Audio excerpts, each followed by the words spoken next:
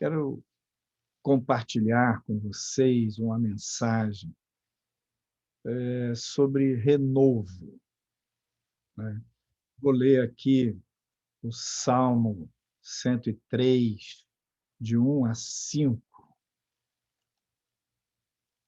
que diz: Bendiga minha alma o Senhor, e tudo que há em mim, bendiga o seu santo nome. Bendiga minha alma o Senhor, e não se esqueça de nenhum só de seus benefícios. Ele é quem perdoa todas as tuas iniquidades, quem cura todas as tuas enfermidades, quem renova, quem da cova redime a sua vida e coroa você de graça e misericórdia. É ele quem enche de bens a sua vida, de modo que a sua mocidade se renova como a águia. O salmista fala para a gente louvar, bendizer, exaltar ao Senhor, reconhecendo que dele vem a vida, dele vem o alimento, fortalecimento, dele vem o perdão. E quando Deus perdoa nossas iniquidades, sara as nossas enfermidades, ele está reconciliando. O mover da reconciliação, ele é um mover que se renova. Pensa, na vida, tudo tem seus ciclos. A gente nasce, cresce, desenvolve, reproduz, morre.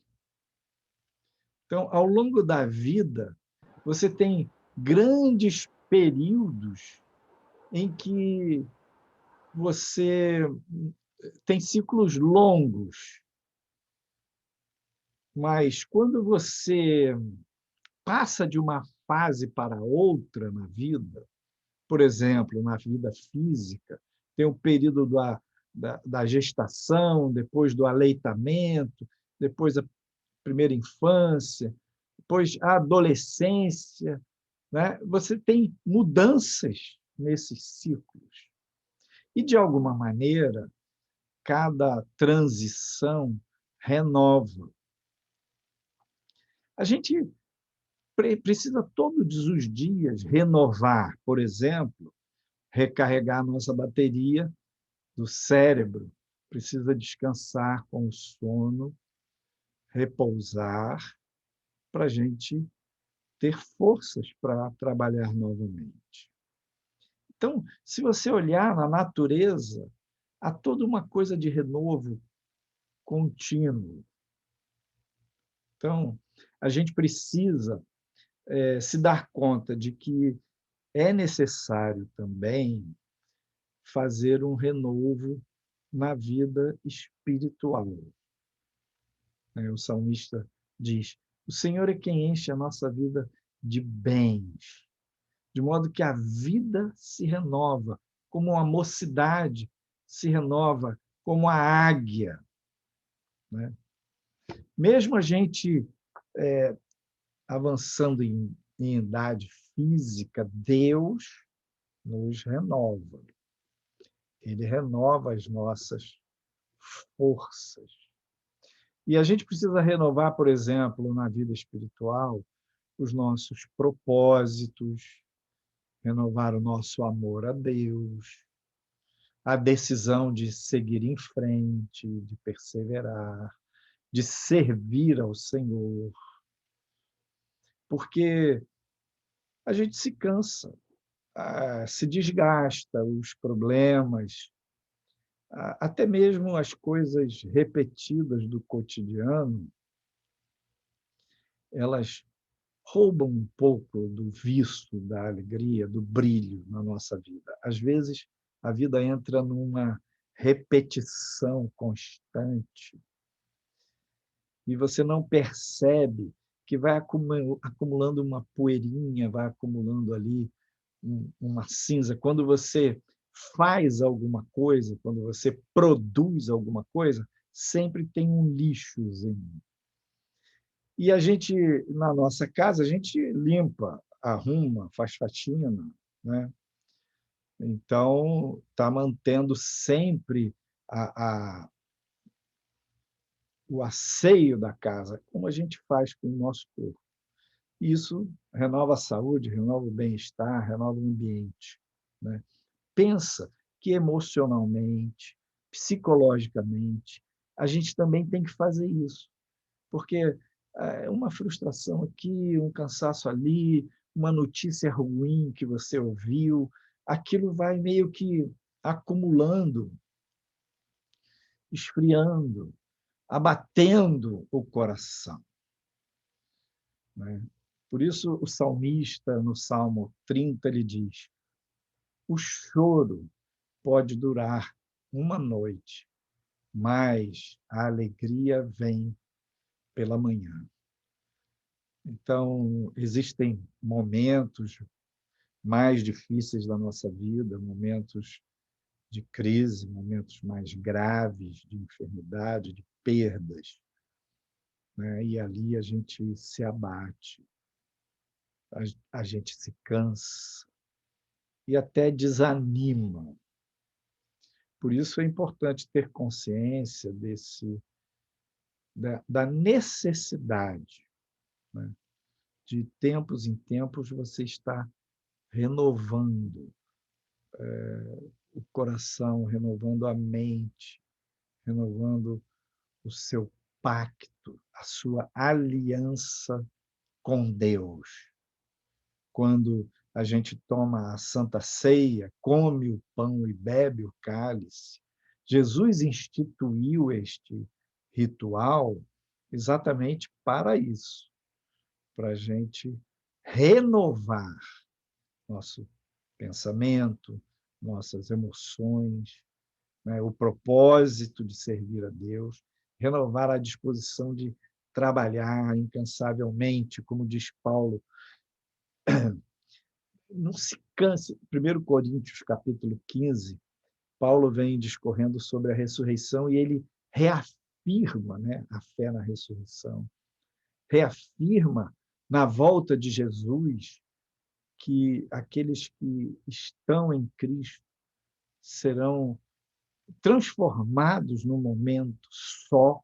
Ali será uma renovação radical, absoluta, definitiva. Aqueles que morreram em Cristo ressuscitarão. Então, ele termina este capítulo 15 falando, portanto, sejam firmes, sejam constantes na obra do Senhor. Então, uma outra área que a gente precisa renovar é essa, do propósito, da intenção e da prática de servir na obra do Senhor, de fazer a obra, de levar a mensagem, de compartilhar a fé, a esperança. Nesse assunto, eu gostaria de destacar 3 palavras: resistência, perseverança, a Bíblia fala bastante em perseverança, e resiliência. Resiliência é uma palavra relativamente nova, ou ela está mais em moda. Então, resistência é a capacidade de suportar pressão, de resistir. É um material que suporta um peso, ele tem uma resistência, né? A nossa alma tem uma fibra, tem uma resistência. Resiste quando passa por dificuldade, quando sofre, quando o momento não é favorável. Perseverança é, vamos dizer que resistência tem mais uma conotação passiva. Você suporta aquilo, você aguenta. Perseverança é mais ativa, porque além de suportar, você vai adiante. Você não desiste. Você avança, você persevera. No reino de Deus, no caminho do Senhor, né, ele disse que apertada é a porta, estreita é o caminho que leva à vida. E a gente precisa desenvolver resistência e perseverança. E resiliência, o que é? É a capacidade de se reinventar, de absorver os problemas, então tem a ver com resistência, de adaptar-se às mudanças. Então, você, quando está passando por problema, quando está sofrendo, ou quando está desanimado, resiliência significa que você não se deixa levar. Resiliência tem a ver com essa ideia do renovo, de limpar e prosseguir. Então, tem a ver com a perseverança também. Mas tem uma qualidade um pouco diferente da perseverança, que é você, na adaptação, encontrar ou inaugurar o novo, dar a volta por cima, né? Fazendo alguma coisa diferente do que você vinha fazendo, melhorando, adaptando, qualificando o seu modo de viver, de agir. Isso é resiliência. Então, é uma capacidade de resistir, de perseverar, de suportar, de se reinventar, né? De, nessa adaptação, criar o novo. E eu creio, irmãos, que a gente precisa se preparar, né? Os tempos são difíceis.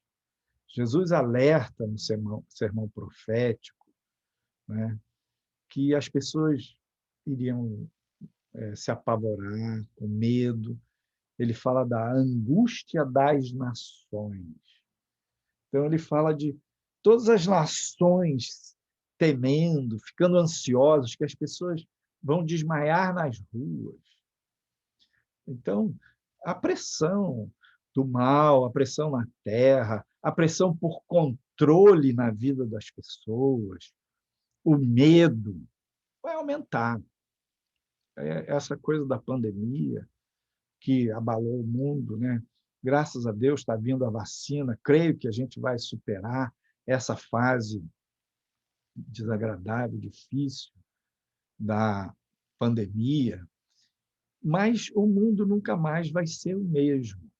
E também está se preparando para o que muitos chamam a nova ordem mundial, que é uma coisa de controle, uma governança mundial, preparando a economia para mais para frente ter uma moeda única, todas essas coisas que a Bíblia fala. Ao mesmo tempo, sabemos que Deus ele guarda seus filhos, ele protege você, o Senhor protege a sua vida, mesmo na hora difícil, né? Mesmo na hora que você cansa, que você desanima, o Senhor está ali. Ele é Emmanuel, Deus conosco. Mas nós precisamos perceber que, embora Deus socorra a gente, ele é todo-poderoso, ele pode tudo, ele pode renovar você completamente. Deus não faz mágica. Como assim? Deus não intervém no nível de fazer por você aquilo que você sabe, fazer por você aquilo que você pode, aquilo que você deve fazer. Neste sentido, ele espera, ele aguarda o seu movimento, porque todos nós temos livre arbítrio, escolhemos. Na hora que as coisas ficam ruins, difíceis, que acumulam, que a poeira acumula, que a cinza acumula, vai apagando a brasa do ardor. do fervor, da fé. A gente vai desanimando, vai cansando. Limpar a mente e o coração é com a gente. Você pode dizer assim, oh, manda um renovo, manda um poder pentecostal, manda fogo. É lícito pedir. O fato de você pedir, né, só o fato de você pedir o fogo, o renovo, já é um movimento seu de espanar as cinzas, de sair da pasmaceira, sair da passividade. Então, pensa, nesses últimos dias, a gente tem que treinar. Né? Um atleta, ele vai competir em alto nível, ele tem que fazer treinamentos. Então, Deus está treinando você na vida espiritual. Deus está treinando você para ser um guerreiro do fim.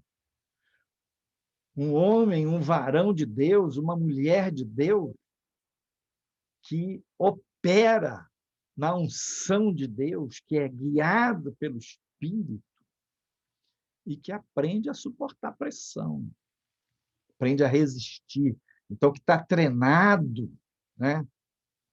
Resistir às pressões, que persevera mesmo em condições adversas. O Senhor quer abençoar você, treinar você, para você ativar e desenvolver a sua resiliência, aprender a se adaptar, a se reinventar, resistir, perseverar e ir além, abrir sua mente e seu coração para o novo de Deus e jogar o lixo fora, largar para lá o desânimo, o abatimento, a canseira. Então, como é na vida física que você começa a fazer caminhada, depois você corre, o corpo vai se adaptando, o coração vai se irrigando, as fibras musculares do coração vão se fortalecendo, as fibras musculares dos braços, das pernas vão se fortalecendo, o pulmão vai ampliando a capacidade respiratória, os músculos da respiração também. Então, aquela pessoa que era sedentária e faz exercício, ela desenvolveu uma capacidade maior para resistir nas pressões, nos momentos em que há uma necessidade de um aporte sanguíneo, de uma respiração mais profunda, de uma força maior. Então, da mesma maneira que isso ocorre na vida física, quando você se exercita, também isso ocorre na vida espiritual. E é disso que eu estou falando. Então, quando você agradece a Deus, quando você louva a Deus, você também se ajuda a sua mente nessa coisa de renovar, atitude mental mais positiva. A gratidão colabora neste sentido. Veja o que Hebreus, capítulo 12, diz. Portanto, também nós, visto que temos a rodear-nos tão grande nuvem de testemunhas, livremo-nos de todo peso e do pecado que tão firmemente se apega a nós, e corramos com perseverança, veja aí, a perseverança, a carreira que nos está proposta.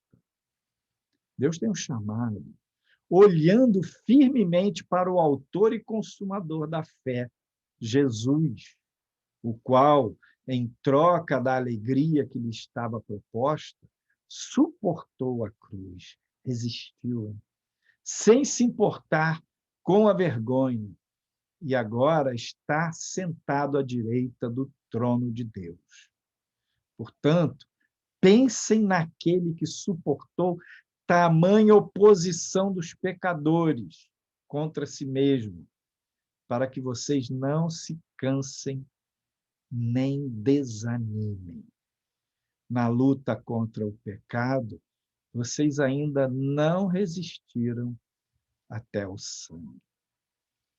Veja, portanto, pensem naquele que suportou tamanha oposição dos pecadores. Pense no que Cristo passou. Suportou aquela oposição contra si mesmo, para que vocês não se cansem nem desanimem. Então, o Senhor está chamando a gente para esse renovo. E tem como que, ao longo aí da palavra, eu falei dois aspectos para a gente caminhar para encerrar. Primeiro aspecto é essa renovação, essa limpeza, essa faxina, tem a ver com uma decisão sua. Você escolhe acomodar-se, escolhe ficar sedentário, você escolhe não fazer nada e alimentar a canseira, alimentar o desânimo, ou você escolhe dizer, Senhor, eu quero me renovar.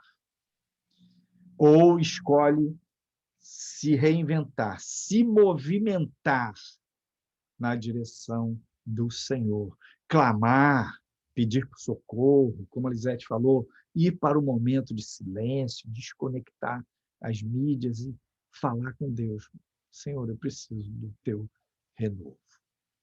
E o segundo aspecto é você crer, confiar que o Senhor vai lhe atender, que Ele vai operar o milagre. Então, a escolha e a fé. Porque Ele é presente. Ele é o Todo-Poderoso. Ele anseia confortar você. Ele anseia renovar você. Mas ele é um gentleman. Ele não viola seu coração, ele não arromba, ele não vai forçar você. Então, você que vai jogar o lixo fora, vai esvaziar sua mente, seu coração, e vai abrir-se, vai crer, vai desejar essa companhia do Senhor, essa amizade, esse consolo do Espírito Santo. Então, que ele lhe dê forças, que ele renove as suas forças para agir, para prosseguir, para perseverar. Que ele renove em você o ânimo, a alegria do Senhor é a nossa força. Que ele renove em você a motivação. Que ele conforte, que ele dê paz, consolo ao seu coração. E, ao mesmo tempo, o Senhor ajude você a renovar sua mente, o seu propósito, sua visão, sua intenção. Você olhar para diante, olhar para o alvo que Deus te deu, para a meta que Ele te deu. Então, quando Jesus estava suportando aquela contradição dos pecadores, Ele olhou para a missão que o Pai tinha dado para ele. E o autor de Hebreus, capítulo 12, né?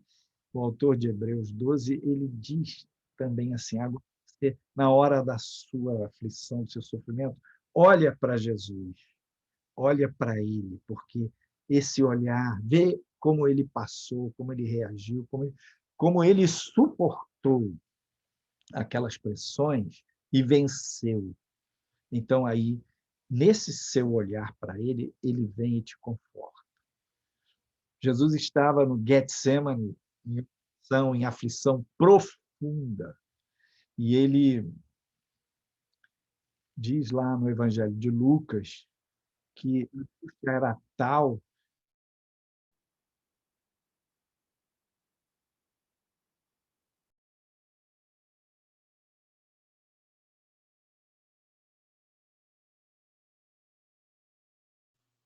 Ficou sem som. Pastor, você desliga o som. Alô? Ok, já voltou, meu filho. Desculpa, pastor. Eu liberei a pastora entrar, cliquei sem querer no senhor. Tá certo, beleza. Vamos em frente. Então, quando a gente se abre e olha para o Senhor, a gente meio que aprende a seguir os passos dele, né? E ele vai renovar, vai confortar, ele vai visitar a gente. Então, Jesus lá no Getsemane, quando ele naquela agonia, suou sangue. A medicina diz que há situações que o ser humano pode ocorrer isso em sofrimento, em agonia extrema, a pessoa pode suar sangue. E aí diz que o anjo veio e confortou Jesus. Porém, ele disse: Pai, não se faça a minha vontade, mas sim a tua. Isso era escolha. Então, é essa dinâmica. Deus quer confortar, ele quer mandar o anjo, colocar o anjo do seu lado para ajudar você, para consolar, ou abrir portas, ou virar o jogo, virar a mesa. Deus quer intervir. Ele ama intervir a favor dos seus filhos. Mas a escolha é nossa. Então, quando Jesus disse: não se faça a minha vontade, porém, cumpra-se a tua. Eu quero perseverar olhando para esse alvo que o Pai me deu. Eu não quero perseverar na teimosia, não quero perseverar no erro, no pecado, levando minha vida sem rumo, batendo cabeça por aí. Não, eu quero perseverar naquilo para o qual Deus me chamou. Mesmo suportando afronta, dificuldade ou cansaço. É uma frase popular que diz: você está cansado? Descanse, mas não desista. Então, que o Senhor renove as suas forças, que Ele renove o seu ânimo e o seu propósito, a sua intenção de prosseguir. Que Ele renove a sua mocidade, as suas forças espirituais como da águia, para que você, empoderado pelo Senhor, suba a montanha da santidade, do crescimento, e você alcance as alturas com asas de águia. Vou fazer uma oração antes da gente encerrar. Querido Pai, muito bom é te pertencer. É saber que o Senhor é Deus e que o Senhor é presente, é conosco, e o Senhor é quem renova a nossa mocidade, renova as nossas forças, intenções e propósitos. O Senhor renova as nossas motivações.